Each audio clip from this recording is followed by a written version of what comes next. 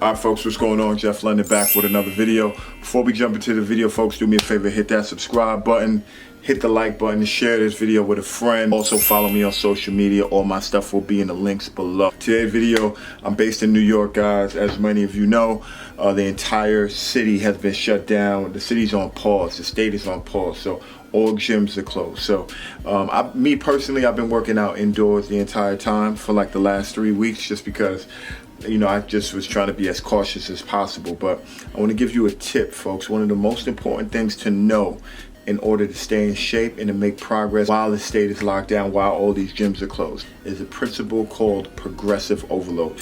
And what progressive overload is basically that your body will adapt to the amount of stress you put on it. When you first start working out, your body will respond. So you'll start making progress, gains, because your body's not used to having any type of external stimulus, right?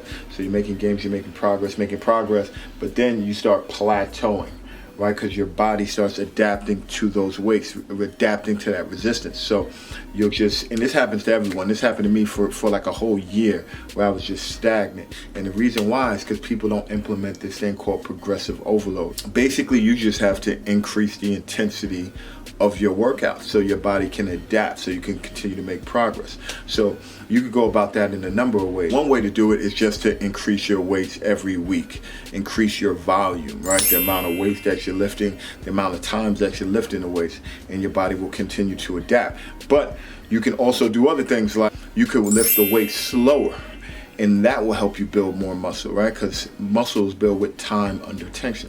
So if you're lifting a weight slower, there's more time under tension, you'll build more lean muscle mass. So that's one way you could do it.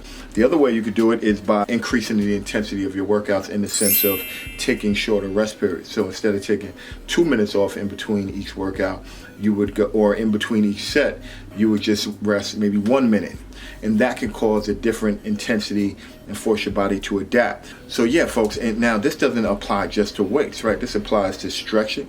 If you're looking to stretch and become more limber, every week you have to increase the intensity of your stretches so your body will adapt.